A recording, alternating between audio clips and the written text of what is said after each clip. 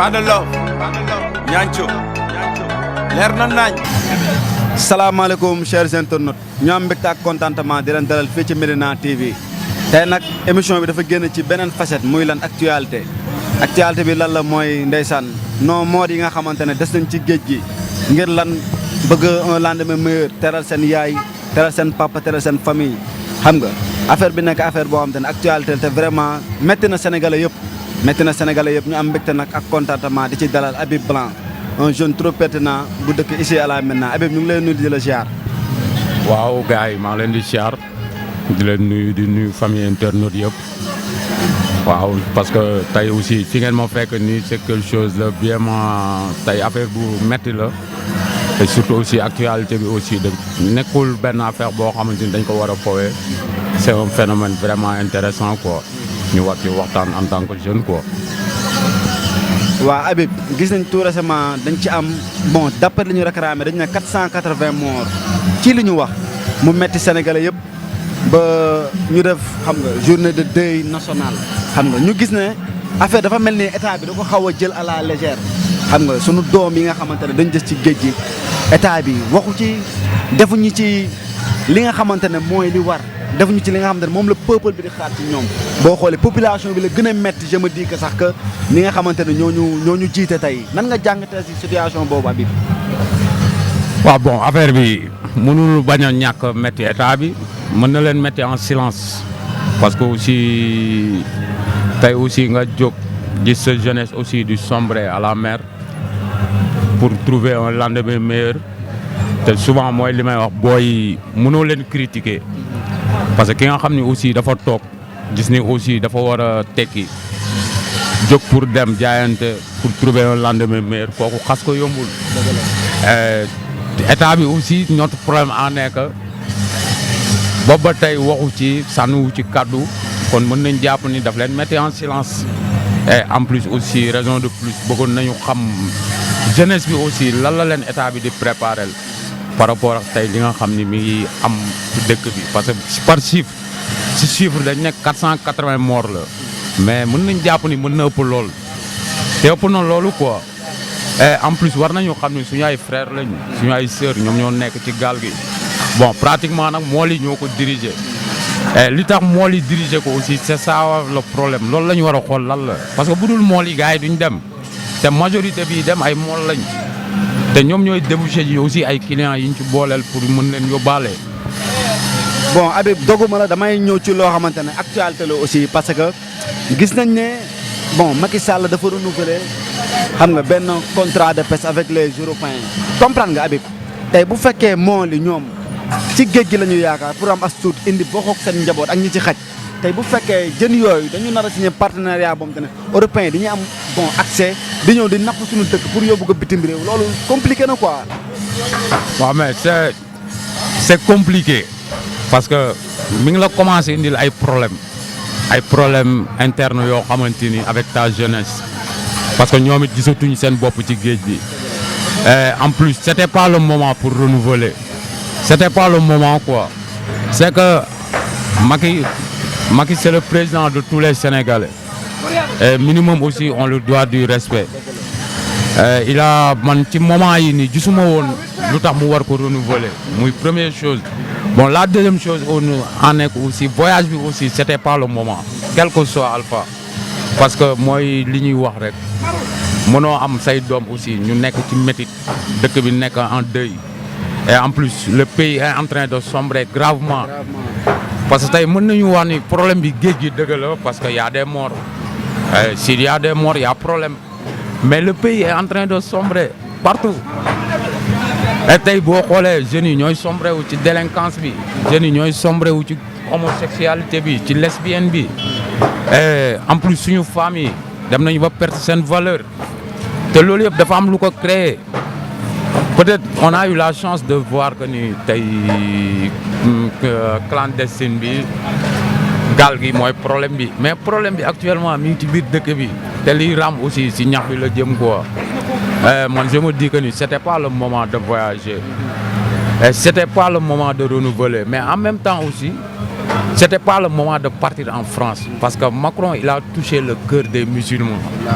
C'est quelque chose de risqué. Malgré il a fait un bon discours, mais bataille doyul. Parce que Macron il a touché le cœur des musulmans. Et en plus on est en risque. Quel que soit Alpha, il a fait un bon discours, vraiment pertinent. Mais doyul parce que Macron qui m'a touché, moi pour dans le discours. Et c'est ça le problème, loolu moo ci xaw a tiital aussi. doguma la Macron moom kenn du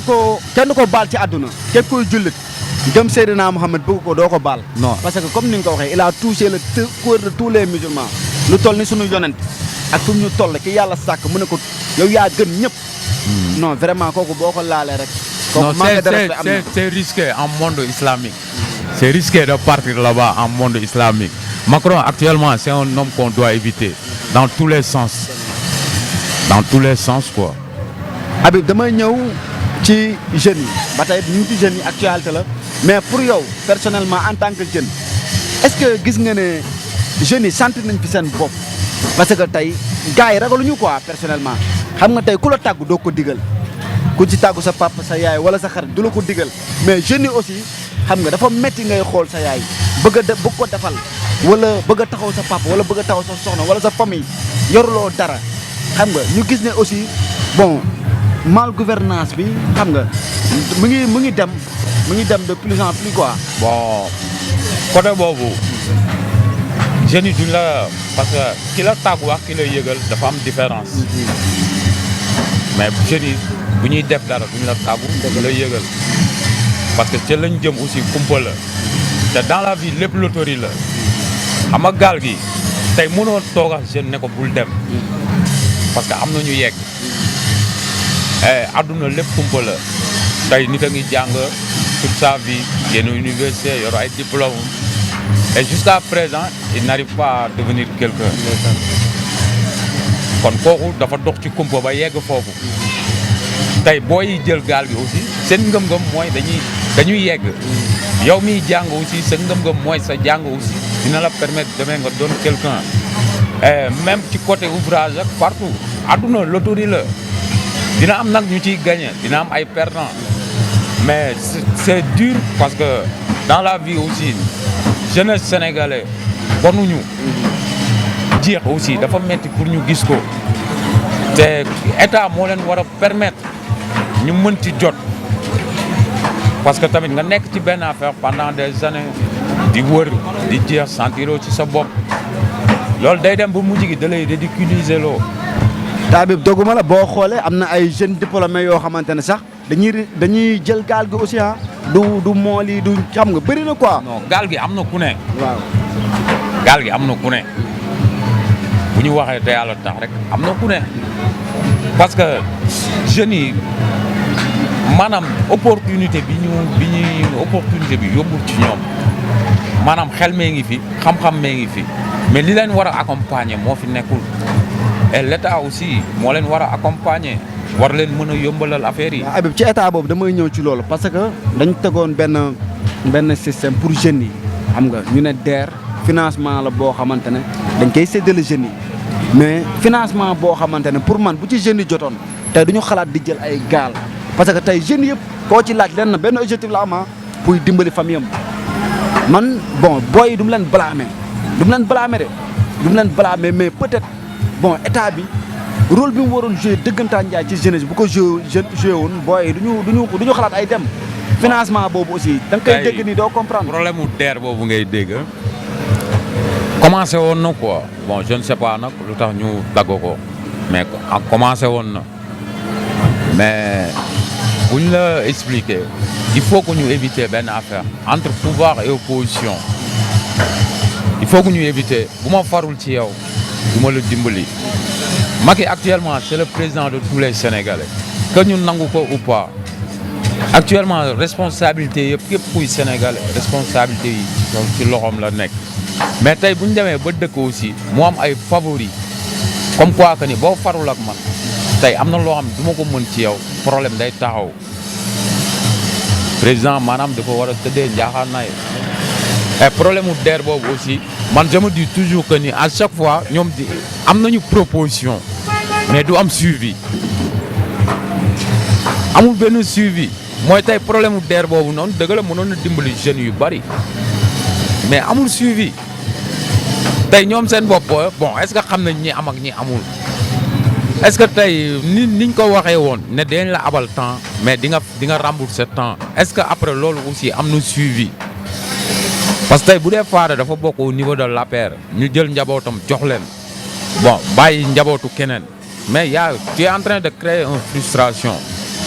te tey état warul taxawee noonu franchement parler surtout aussi opposition bi aussi la manière bi ñuy comporté woo aussi nañ ko xoolaat parce que dëkk aussi boo ci nekkee mu commencé sombrer dans tous les sens il faut se réunir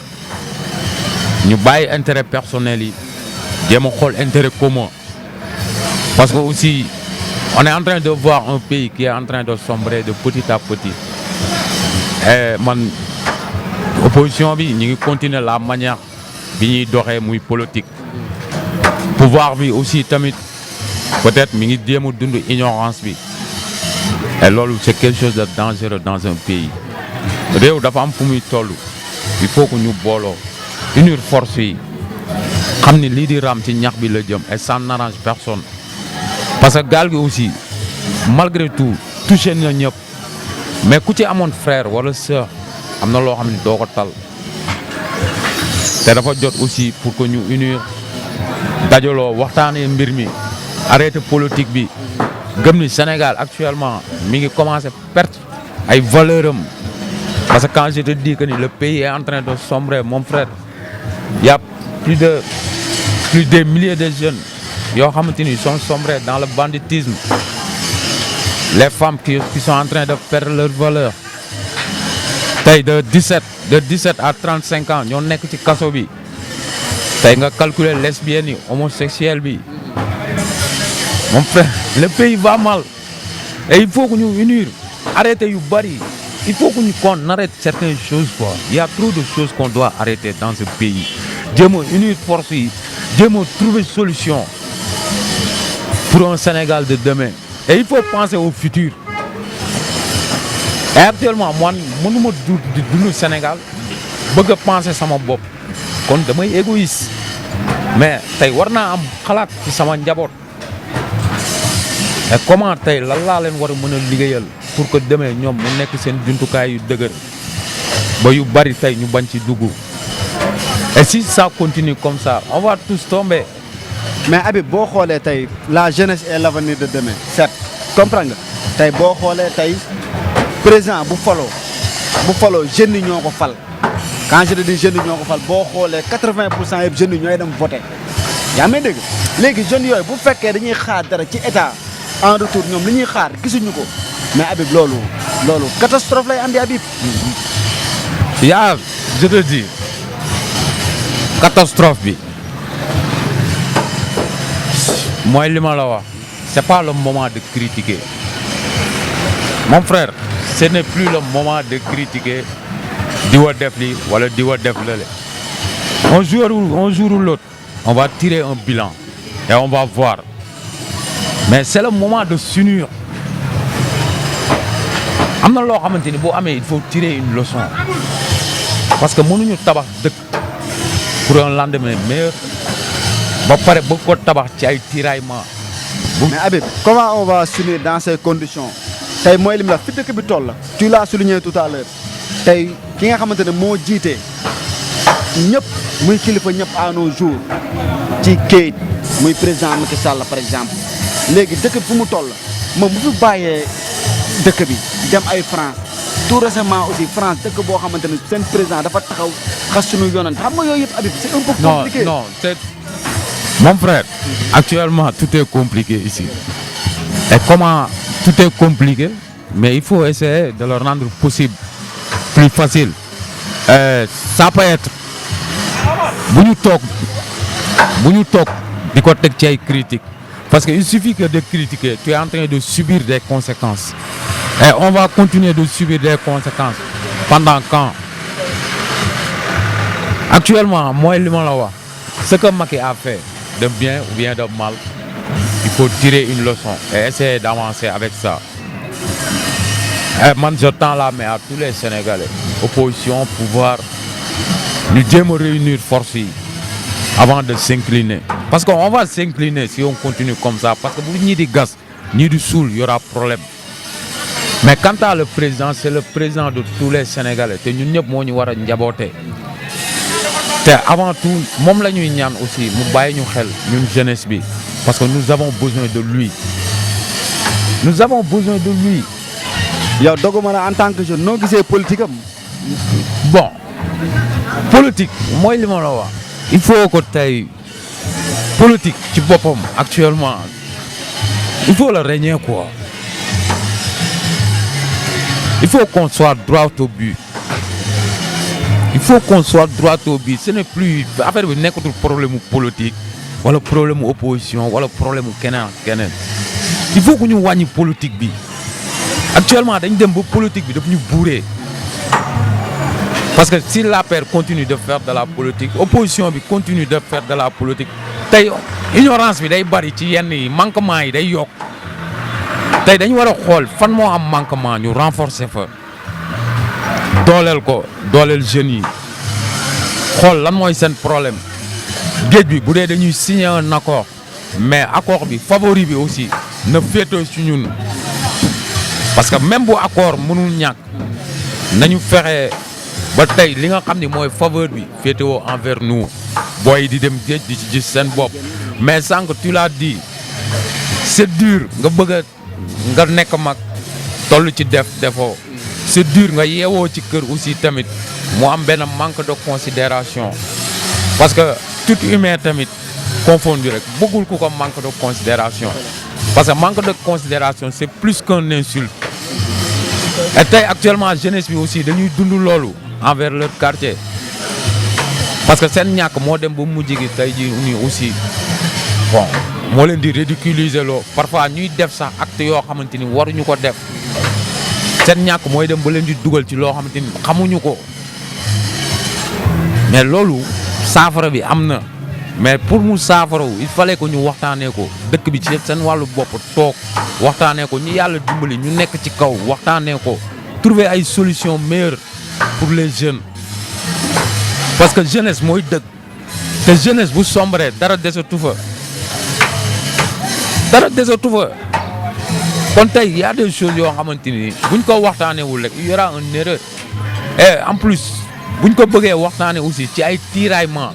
il y aura pas de solution nañ ko waxtané delo ci xel yi delo ci xalaat yi Sénégal y a des gens pertinents qui sont ici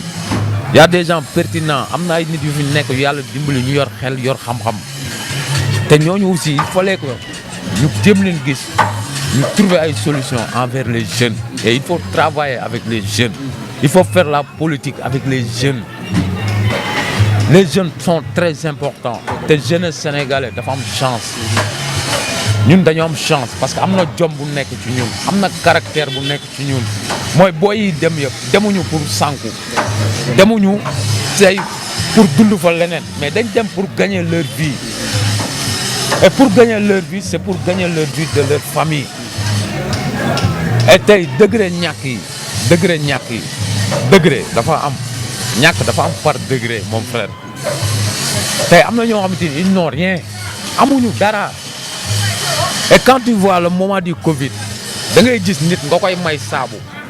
bon woné nañ ko ci télé bi ñu am ay nit yo am saabu nga leen di may mais ñuy kontaan man soxlawuma saabu yow soxlawa saabu kon le pays va mal té nañ ko accepter noonu ba paré nak jéem trouver ay solution parce que tamit yow mi xex pour demain aussi nek au pouvoir il fallait nga xamné aussi moment bi ni nga mëna jubanti comportement yi mëna jubanti dëkk bi dëkk japp ci lu bari jubanti ko mais ñun est-ce qu'on aura le temps demain yow bo togué au pouvoir di xaar ngay jubanti c'est le moment d'accompagner l'État c'est le moment d'aller envers l'État et le pousser à travailler envers les jeunes et c'est ça et arrêter aussi ça va. Parfois tu vois des politiciens qui ont un intérêt personnel, ça ne sert à rien du tout. Et après c'est le peuple qui va subir et on est en train de le subir Et j'aimerais bien dire que j'ai un grand respect envers le président parce que c'est le président de tous les Sénégalais. Mais nañu gestu, on est en train de subir, le pays va mal. C'est loolu en tant que jeune man dama koy wax le pays va mal. Et am na loo xamante ni buñ ci jógul léegi aussi ça va être dur quoi. ah kon président Macky Sall dañ koy ñaan mu gestu jeunesse bi parce que jeunesse bi mooy avenir u suba te tey di ko gars yi di votel di ko teg ci réew mi yaakaar moo taxoon pour am un lendemain meilleur mais comme tu l'as dit le pays va mal le pays va trop mal yàlla na ko suñu borom saafara di jaale aussi ñi nga xamante ne seen doom sunu ay frère la ñun ñoo des ci géej gi ñu ngi leen di jaale seen famille yëpp di ko jaale peuple sénégalais bi yëpp parce que vraiment affaire bi touché na képp kuy sénégalais xam nga Habib noo gisee politique maintenant à nos jours yow personnellement. Ah bon, politique maintenant on peut bien dire ça va hein. On peut bien dire ça va parce que tey aussi maire bee ngi fi le premier magistrat bon nañu jéem a xool nan lañ koy pousser mu liggéey man loolu laa gëm esprit boobu laa am man j'aime pas les critiques un jour ou l'autre on va tirer un bilan et il suffit de tirer un bilan rek di nga xam lu bari mais Bamba Fall nañ ko pousser mu liggéey parce que moom aussi moom la fi yàlla teg mu diriger maintenant te am na loo xamante ni nañ ko pousser waxtaan ceeg moom aussi ba mu mën ko def à la maintenant parce que suñu njëriñ la parce que tôt ou tard dina dem bàyyi ko fi. Bon deuxièmement aussi ñi ngi féliciter Cheikh Ba le directeur de la CDC parce que malgré il n'est pas maire mais il est en train de faire beaucoup de choses pour la Médina quoi. Mi ngi jàpp ci jeunesse bi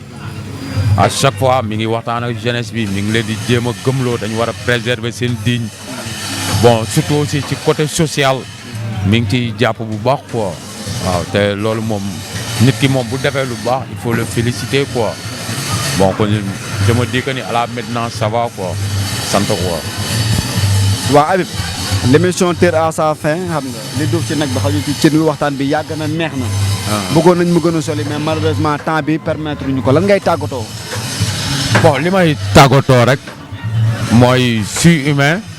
humain bon je suis grandi ici à la Médina bon maa ngi sant yàlla bu wér quoi parce que aussi ak problème yi am yëpp ñi ngi jéem a trouver ay solution nous-mêmes ici à la Médina pour jéem a retenir jeunes yi ci affaire yu bari. Bon deuxièmement aussi maa ngi nuyu le président Macky Sall di ko ñaanal yàlla aussi tamit suñu borom jàppale ko ci liggéey bi aussi parce que bu ko jàppalee ñun la jàppale di ko ñaanal aussi lépp lu mu utu ci lu baax en faveur pour son pays yàlla na ko yàlla jox. Bon di nuyu opposition bi di leen wax ni aussi ñoom it nañ jéem a accompagner état bi te ñu bàyyi tiraillement bi li si topp ñu teg ko ci loxo yàlla. Dieu grand quoi. Merci. Habib merci d'avoir répondu à notre invitation. Kon bii nag dafa am lu mu fi dund lu garaaw muy Rue 5 bi mooy Laye na ma baal ak parce que bëggul ma koy wax mais nag dans la vie faut être reconnaissant xam nga Laye ak Paa bu ndaw dama yàgg ñëw fii ñu may xaalis te loolu du mu ko mës a fàtte nuyoo bi nag teg naa ko ci loxo Laye ak Paa bu ndaw mais plus précisément damay jaale